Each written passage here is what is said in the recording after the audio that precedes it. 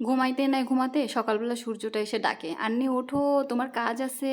এই যে শুয়েছিলাম 5:30টার দিকে, এখন আমাকে মিস্ত্রি ডাকলো 9টার সময়। প্রান্তরা এখনো পর্যন্ত আসেনি, আমি নিজে এসে শোরুম টোরুম খুললাম, মিস্ত্রিদেরকে কাজে তাগাদা দিলাম। আমি হলাম হেড মিস্ত্রি, ঠিক আছে? আমি না এদেরকে গাইডলাইন করলে তারা কোনো কিছু করতে পারে না। এত ছোট একটা মানুষ কবে এত বড় হয়ে গেছে নিজের অজান্তে আমি জানি না। অতঃপরে প্রান্ত আসিল, তারপরে তার দায়িত্ব বুঝিয়ে নিল, আমি এখন বুঝিয়ে দিচ্ছি আমার কি কি চাই আর কেমনটি চাই। এর মধ্যে বোর্ড হাজির হয়ে গেল।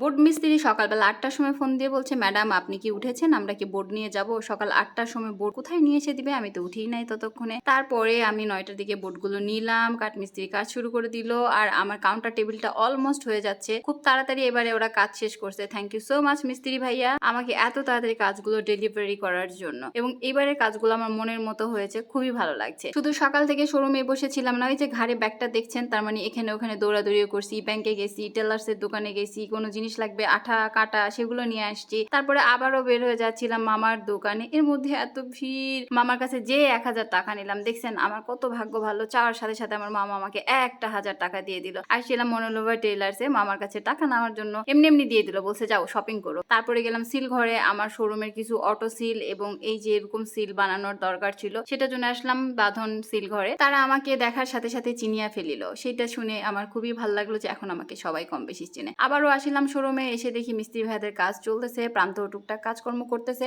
আর রেনু 12 এর সাথে অপর একটা সুন্দর ছাতা গিফট আসছে, সেই ছাতাটা নিয়ে আমি একটু ঢংঢাং করতেছিলাম, কারণ এরকম সুযোগ মিস করাই যাবে না। রিমঝিম বৃষ্টির অভিনয় করছিলাম, আর আসলে ব্যস্ততার মধ্যে যদি একটু মজা না করা হয় তাহলে জীবনটা বোরিং হয়ে যাবে। তাই আমি সবসময় ব্যস্ত থাকি, আর এর মাঝে আমি দুষ্টামো করি, আনন্দ করি, সবকিছু করি, সবাইকে সময় দিই। ইতিমধ্যে আমাদের শোরুমের দিকে দুইটা ইয়ো ইয়ো হানি সিং ঢুকে গেল। আমি তাদেরকে দেখে তো পুরাই ক্র্যাশ, ওরে বাবা কি তারা হানি সিং এর ছোট ভাই। তারপরে তাদেরকে একটু ভিডিওতে নিলাম, তারা বেশ খুশি হয়ে গেল। এর মধ্যে সন্ধ্যা হয়ে আসলো, আমার আজকে ড্রেসের লাইভ করতে হবে। বাসায় আসলাম, মামুনি আমার জন্য খাবার নিয়ে এসেছে। সারাটা দিন কিছু খায় নাই, এই যে 6টার সময় খাইতেছি। মামুনি আবার রুহুলকে নিয়ে এসেছে, রুহুল আমাকে না দেখে থাকতে পারে না, রুহুলকে আদর করে খাওয়াচ্ছিল। আর সবাই বলে আমি এত টাকা কই পাই, আমি এত টাকা কই পাই। আসলে কই পাই জানেন, এই যে দেখেন আমার মা বাবা সারাদিন আমাকে এরকম টাকা দেয় আর বলে তোর যা যা কিনা লাগবে কিনালে। দেখছেন শপিং করার জন্য এতগুলো টাকা লাগে, তাহলে আমি বড় লোক না? মায়ে এসে সম্পূর্ণ টাকা আমারে সুন্দর করে বুঝিয়ে দিল। নিজে যা আছে তা তো আছে, এভাবে আবার প্রত্যেক মাসে বাবা মা টাকা পাঠায় দেয়। কত খরচ করবি কর মা।